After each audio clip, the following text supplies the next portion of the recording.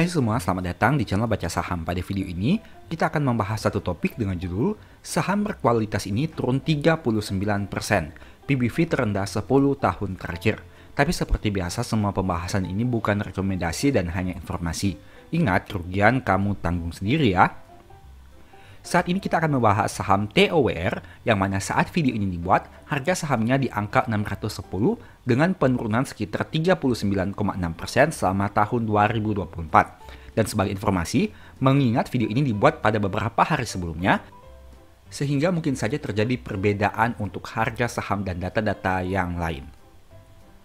Sedangkan untuk 5 tahun terakhir, saham TOWR ini masih turun 20,2% jika dilihat dari data yang ditampilkan ini. Nah, kesimpulannya, untuk data harga saham TOWR atau kinerjanya dalam tahun 2024 dan dalam 5 tahun terakhir, keduanya masih mengalami penurunan yang cukup signifikan. Sekilas kita lihat tentang net income-nya. Saham TOWR mencatat net income sebanyak 3 triliun di tahun 2016 dan di tahun 2024 berdasarkan data Q3 diproyeksikan mencapai laba 3,2 triliun rupiah. Jika dilihat data laba perusahaan ini tidak mengalami peningkatan yang signifikan dalam beberapa tahun terakhir, bahkan cenderung bergerak pada angka yang di situ-situ saja, khususnya untuk tahun 2021 hingga tahun 2024, di mana dengan kisaran angka 3,2 sampai 3,4 triliun rupiah. Tapi meskipun begini, ini lebih baik dibandingkan perusahaan mencatatkan penurunan kinerja atau bahkan merugi. Untuk aspek profitabilitas, gross profit margin-nya 68% dengan net profit margin 25,5%. Angka profitabilitas yang masih sangat memuaskan hingga kinerja Q3. Sayangnya net income-nya secara quarter turun 2,8%. Dividend yield-nya cukup baik dengan angka 3,9% meskipun tidak sefantastis saham-saham besar yang harganya sedang turun signifikan di tahun 2024 ini yang menawarkan dividen di atas 5%. Untuk kinerja hingga Q3, total pendapatannya mengalami kenaikan dari 2,9 menjadi 3,2 triliun rupiah. Begitu juga dengan total beban pokok penjualannya. Nah, sampai di sini, laba kotor perusahaan masih tumbuh dari 2,1 menjadi 2,2 triliun rupiah. Untuk laba usahanya juga masih tumbuh dari 1,78 menjadi 1,79. Nah, tapi sayangnya laba bersih yang dapat didistribusikan turun dari 875 menjadi 856 miliar rupiah. Kenapa hal itu bisa terjadi? Kamu bisa lihat lagi dengan data detail di laporan keuangannya. Salah satu halnya yang menyebabkan adalah kenaikan dari beban lain-lain dari 820 menjadi 940 miliar rupiah. Untuk harga sahamnya dengan angka 610, harga ini mirip seperti harga di tahun 2018, yang mana pada saat itu harganya memang bahkan sempat turun di bawah 500 rupiah, tapi kemudian naik lagi signifikan bahkan hingga mencapai angka di atas 1.500-an rupiah. Untuk aspek valuasi PBV, rata-rata 10 tahun adalah 4,81 kali, dan saat video ini dibuat di angka 1,71 kali. Angka PBV 1,71 kali ini bisa dikatakan merupakan angka terendah dalam 10 tahun terakhir. Biasanya PBV saham ini di angka 4,8 dan kini hanya 1,71 kali. Meskipun begitu, memang sebenarnya secara angka 4,8 ini sudah cukup premium dengan kinerja seperti yang kita bahas tadi. Tapi dengan angka 1,71 kali ini memang terjadi penurunan untuk aspek valuasi PBV-nya. Meski begitu, kita juga tidak bisa mengatakan hal ini sudah termasuk saham yang murah, mengingat PBV-nya masih di angka 1,71 kali. Dan ini tentu lebih tinggi dibandingkan saham misalkan BNI yang mana PBV-nya saat video ini dibuat di angka 1 kali dan menawarkan potensi yang lebih menarik lagi. Sehingga kamu juga harus mempertimbangkan meskipun secara historical terjadi penurunan yang sangat besar untuk valuasinya PBV, tapi jika dilihat secara realita sebenarnya angka 1,71 kali ini belum terlalu menarik untuk dianalisa lebih lanjut. Kemudian dari aspek probabilitas selama tahun 2024, probabilitas penurunan saham TOWR sangat signifikan. Bahkan penurunannya menjadi yang tertinggi sejak tahun 2015 hingga tahun 2024. Memang secara probabilitas dalam 10 tahun terakhir 5 kali naik dan 5 kali turun, artinya probabilitasnya 50%. Untuk aspek dividen, saham ini menarik karena rutin membagi dividen biasanya 2 kali dalam 1 tahun, setidaknya sejak tahun 2017 hingga tahun 2023. Kemudian kita bahas terkait kinerja hingga Q3 tahun 2024 PT Sarana Menara Nusantara ini. Pertama dari total asetnya yang berjumlah 5,7 yang mana naik dari 4,4 di periode sebelumnya. Yang mana juga mayoritas berasal dari saldo kas dan ada juga piutang usaha. Untuk saldo kasnya naik signifikan dari 428.000 menjadi 2,5 juta dan kenaikan ini sangat signifikan. Untuk total aset tidak lancarnya juga mengalami kenaikan dari 64 menjadi 73 juta yang didominasi oleh aset tetap yang juga mengalami kenaikan. Nah, kesimpulannya total aset perusahaan tumbuh dari 68,6 menjadi 78,8. Komposisi terbesar berasal dari aset tidak lancar, dalam hal ini adalah aset tetapnya. Bagaimana dari liabilitas? Liabilitas jangka pendek berjumlah 24,6 yang juga naik, yang mayoritas berasal dari hutang bank pihak ketiga yang juga mengalami kenaikan. Jika kita bandingkan total liabilitas jangka pendek sebanyak 24,6 dan saldo kasnya yang hanya 2,5, angka ini cukup berjauhan sehingga perusahaan butuh sumber dana yang lain apabila ingin melunasi seluruh hutang jangka pendeknya. Untuk hutang jangka panjang berjumlah 35,9 yang juga mengalami kenaikan. Dan sebagai kesimpulan, mayoritas hutang perusahaan berasal dari hutang jangka panjangnya. Untuk hutang jangka panjang juga berasal dari hutang bank dengan komposisi terbesar dengan angka 27,2. Itu artinya baik hutang jangka pendek maupun hutang jangka panjang dinominasi oleh hutang bank yang dimiliki oleh perusahaan ini. Untuk aspek ekuitas, total ekuitasnya naik dari 16,4 menjadi 18,1 yang mayoritas berasal dari saldo laba yang belum ditentukan penggunaannya. Kemudian dari aspek laba ruginya, pendapatan usaha sebenarnya masih naik dari 8,7 menjadi 9,4. Total beban pokok penjualannya juga mengalami kenaikan dari 2,4 menjadi 2,8 rupiah. Dan laba brutonya bisa dikatakan masih tumbuh dari 6,2 menjadi 6,5. Sekarang kita lihat terkait beban usahanya. Beban penjualan dan pemasaran masih mengalami kenaikan, beban umum dan administrasi juga naik, beban usaha lainnya mengalami kenaikan. Kesimpulannya, laba usaha perusahaan sebenarnya masih bisa tumbuh meskipun tipis dari 5,25 menjadi 5,29. Nah, sampai pada hal ini sebenarnya perusahaan masih mencetak kenaikan laba usaha dari 5,25 menjadi 5,29. Ada juga kenaikan dari penghasilan keuangan bruto yang mengalami kenaikan dan pajak final atas penghasilan keuangan yang juga mengalami kenaikan. Kesimpulannya, penghasilan keuangan neto tumbuh signifikan dari 16,5 menjadi 48,3. Nah, untuk biaya keuangan sayangnya mengalami kenaikan juga dari 2,17 menjadi 2,24. Hal itulah yang menyebabkan kenapa laba sebelum pajak final dan pajak penghasilan turun tipis dari 3,099 menjadi 3,097. Kesimpulannya, laba perusahaan masih bisa tumbuh meskipun tipis dari 2,42 menjadi 2,44. Memang kenaikan ini tidak signifikan, begitu juga tidak mengalami penurunan yang signifikan. Karena sebenarnya kamu bisa lihat di sini untuk pendapatannya masih cukup tumbuh dengan baik. Tapi sayangnya karena adanya kenaikan beban pokok penjualan, menyebabkan laba brutonya tidak bisa tumbuh dengan signifikan. Selain itu ada juga salah satu biaya yang harus diperhatikan, yaitu biaya keuangannya yang memiliki porsi yang cukup besar. Sehingga kamu harus pertimbangkan hal ini sebelum mengambil keputusan.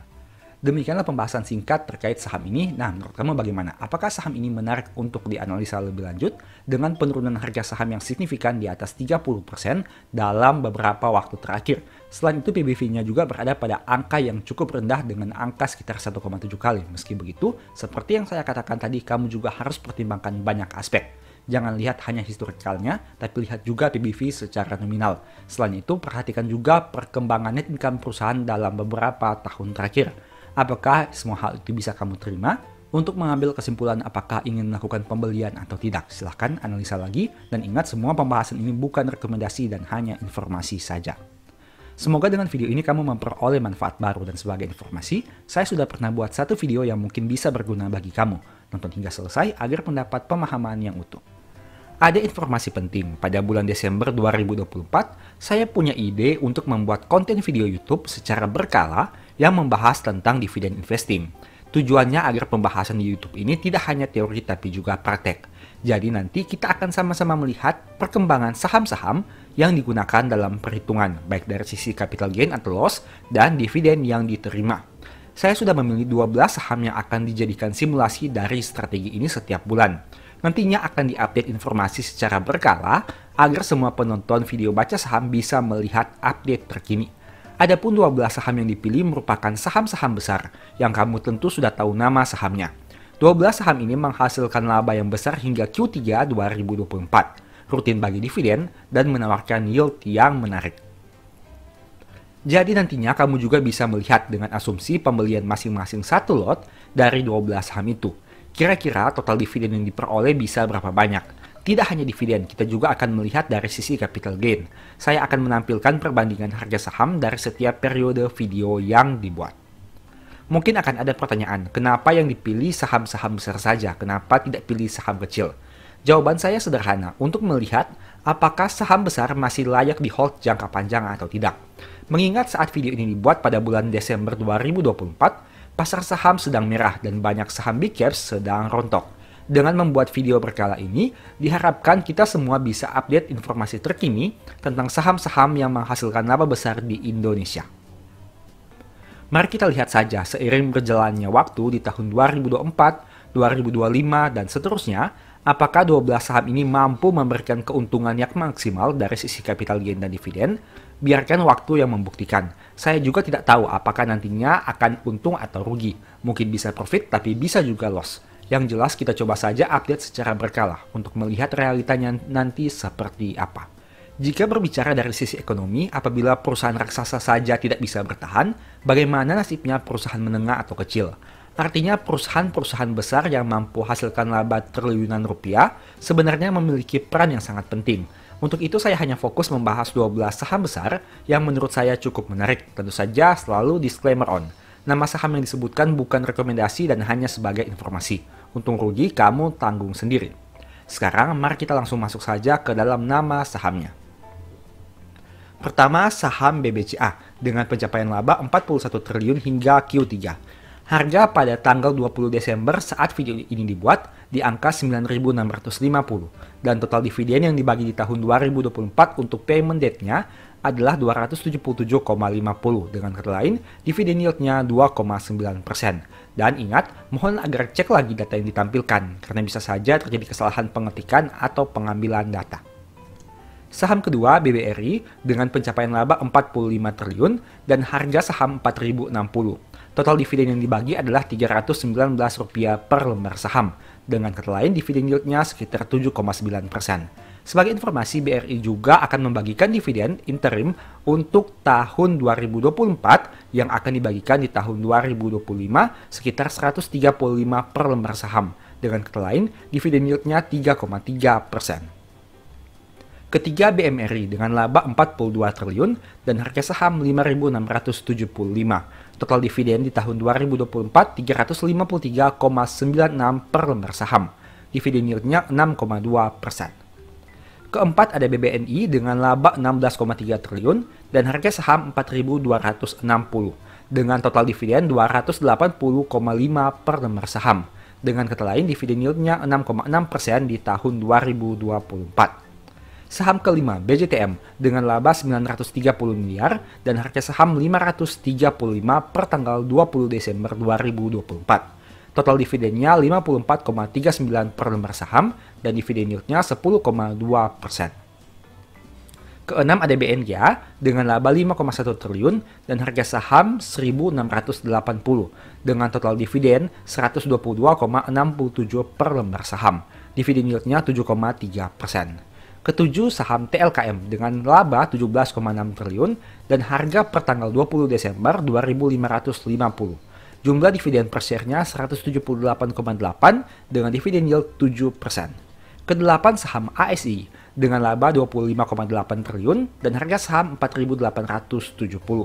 Jumlah dividen yang dibagikan sekitar 519 per lembar saham. Dengan kata lain, yield-nya 10,7%. Saham ke-9 ADRO dengan laba sekitar 17,9 triliun dan harga saham 2.550. Total dividen yang dibagi adalah 1.767 dengan yield 69,3%. Tapi sebagai catatan, ADRO memiliki dividen spesial di tahun 2024 ini sebesar 1.358 sehingga kamu juga harus pertimbangkan ke depannya karena kemungkinan besar di tahun 2025 nanti tidak akan membagi dividen spesial sebesar ini. Dan ADRO juga memiliki dividen yang akan dibagikan di tahun 2025 yaitu bulan Januari. Tapi mengingat kursnya belum ada sehingga saya belum menampilkan jumlah dalam rupiahnya. Ke-10 UNTR dengan laba 15,5 triliun dan harga saham 25.675. Total dividen per share 2.236 dengan yield 8,7%. Ke-11 saham ITMG dengan laba 4,1 triliun dan harga saham per tanggal 20 Desember 25.525. Total dividennya 2.975 dengan dividen yield 11,7%. Dan ke-12 PTBA dengan pencapaian laba sampai dengan Q3 3,2 triliun dan harga saham 2.590. Total dividen per share-nya Rp397,71 per lembar saham dan dividen yield 15,4%. Nah, dari data ini kamu bisa lihat untuk laba tertinggi ada di saham-saham banking. Dan untuk dividen terbesar dari sisi yield-nya berada pada mayoritas saham batubara. Meskipun jika kamu lihat di sini, untuk saham-saham banking sebenarnya yield-nya sangat menarik untuk tahun 2024 ini, setidaknya berdasarkan data harga saham per tanggal 20 Desember tahun 2024. Nah, dari 12 nama saham ini, kamu tentu menyadari satu hal, di mana ada 6 saham yang berada di bagian banking, ada 4 saham yang bergerak pada sektor pertambangan, dan saham TLKM serta saham ASI. Kenapa saya hanya memilih spesifik untuk sektor-sektor ini saja? Seperti yang saya sampaikan tadi, saya memang sengaja hanya memilih 12 saham besar yang mampu menghasilkan laba besar di Indonesia. Dengan kata lain, saham-saham ini merupakan saham-saham unggulan yang tentunya mayoritas orang sudah mengetahuinya. Nah, jika kita simulasikan, total laba yang dihasilkan oleh 12 saham ini mencapai 234 triliun di Q3 tahun 2024. Alias pencapaian laba selama 9 bulan dari bulan Januari sampai bulan September. Coba kamu bayangkan 12 perusahaan ini mampu menghasilkan laba dalam 9 bulan saja dengan nominal total 234 triliun rupiah. Dan apabila kita simulasikan dengan total harga saham 89.620, kita memperoleh dividen 9.480 atau dengan kata lain 10,6% secara rata-rata. Itu artinya apabila membeli masing-masing sebanyak satu lot, modal uang yang kita keluarkan sekitar 8,9 juta dan memperoleh dividen Rp948.000. Dengan kata lain, yieldnya sekitar 10,6%. Nah, nantinya angka ini akan kita update setiap bulannya, di mana kita akan mengupdate untuk kinerja laba terbaru, harga saham saat video itu dibuat, dan dampaknya terhadap dividen yield pada harga terkininya. Tentu saja tidak lupa juga, apabila sudah ditemukan untuk dividen payment di tahun 2025, kita juga akan melakukan update. Dari data ini kita ingin melihat apakah untuk strategi membeli 12 saham besar yang rutin bagi dividen itu menguntungkan atau tidak. Saya juga tidak tahu hasilnya seperti apa. Mungkin bisa profit, mungkin juga bisa rugi. Kita lihat dari dua sisi, yaitu capital gain dan dividen. Untuk itu, kamu selalu sebaiknya harus update tentang topik ini dari waktu ke waktu. Setidaknya, saya akan berencana membuat video ini setiap bulannya. Nah, seperti yang saya sampaikan tadi, dari 12 saham itu, ada 2 saham yang sudah terdengar akan membagi dividen di bulan Januari tahun 2025, yaitu BRI dan saham Adero. Tapi, saya belum mencantumkan untuk detailnya di sini, karena kita harus menunggu informasi pastinya terlebih untuk saham Adero, yang mana kita menunggu untuk nominal kurs yang akan mereka gunakan.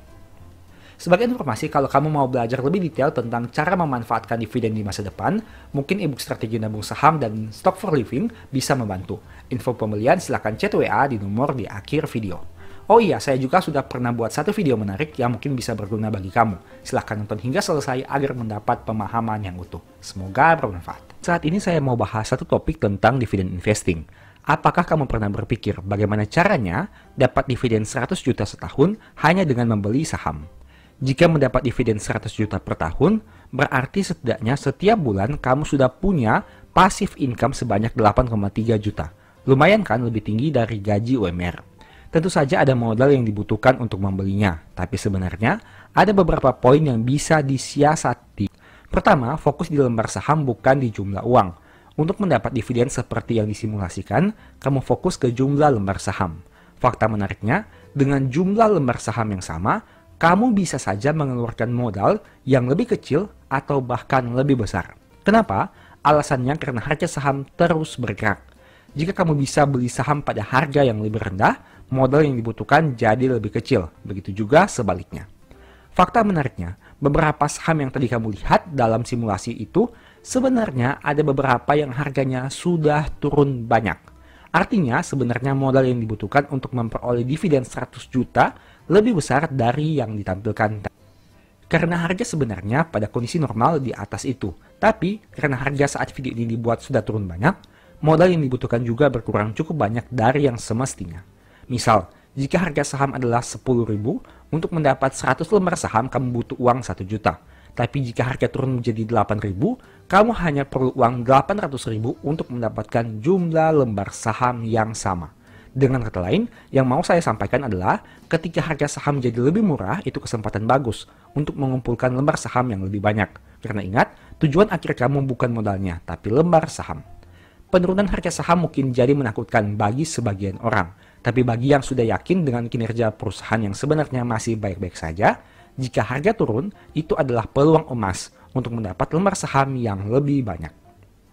Dengan fokus pada lembar saham, kamu bisa lebih tenang jika melihat harga yang turun, bahkan bisa menjadi senang. Tapi ingat, hal ini dapat kamu lakukan jika memang kinerja perusahaan masih baik-baik saja. Mereka rutin bagi dividen dengan payout ratio yang stabil, dan manajemen serta owner perusahaan punya track record yang bagus. Karena metode ini sebenarnya punya risiko, apabila di masa depan perusahaan tidak bagi dividen, atau jumlah dividennya berkurang signifikan. Jadi, kamu bisa saja rugi double karena kena capital loss dan kehilangan potensi memperoleh dividen. Strategi kedua yang bisa dilakukan adalah reinvest dividen. Dividen yang kamu terima bisa dibelikan saham lagi agar jumlah lembar saham semakin banyak. Metode ini sering dikenal dengan istilah compounding atau bunga berbunga. Tujuannya adalah dengan memanfaatkan keuntungan yang diperoleh baik dari capital gain dan dividen untuk menambah lembar saham. Diharapkan dengan metode reinvest ini, modal yang dikeluarkan dari kantong pribadi jadi lebih sedikit karena terbantu dengan dividen yang dibelikan saham lagi. Mari simak contoh ini. Jika kamu beli saham dengan harga 1.000 yang membagi dividen 100 per lembar, dividen yieldnya adalah 10%. Dengan modal 100 juta, kamu bisa dapat 100.000 lembar. Atau dengan kata lain, kamu terima dividen 10 juta per tahun. Nah, uang 100 juta itu bisa kamu belikan saham lagi dan dapat ekstra 10.000 lembar saham. Artinya, kamu tidak perlu keluarkan uang lebih karena 10.000 lembar saham itu bisa kamu beli dengan dividen.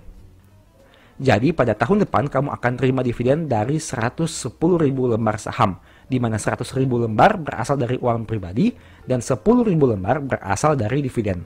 Tentu saja jika dividen per share-nya tetap, maka uang yang kamu terima bisa lebih banyak dari 10 juta. Inilah konsep menarik dari compounding dan dividen reinvest, memanfaatkan dividen sebagai penambah modal untuk mencapai lembar saham yang diharapkan di masa depan. Mungkin kamu sudah pernah atau dengar baca metode ini, tapi apakah sudah coba dilakukan? Strategi ketiga yang bisa dimanfaatkan sebagai trik untuk mengoptimalkan modal adalah memanfaatkan kinerja perusahaan.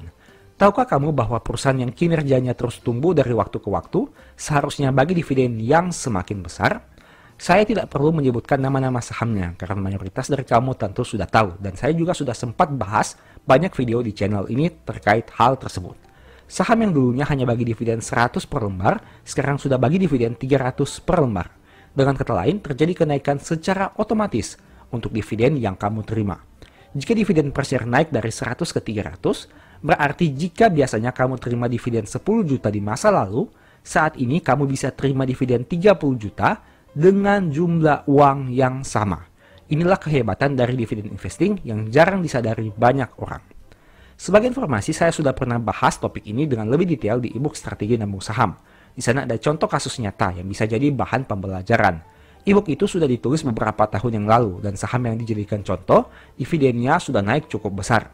Tidak hanya itu, secara capital gain juga harganya sudah terbang dan memberikan keuntungan yang besar kepada pemegang saham, baik dari capital gain maupun dividen.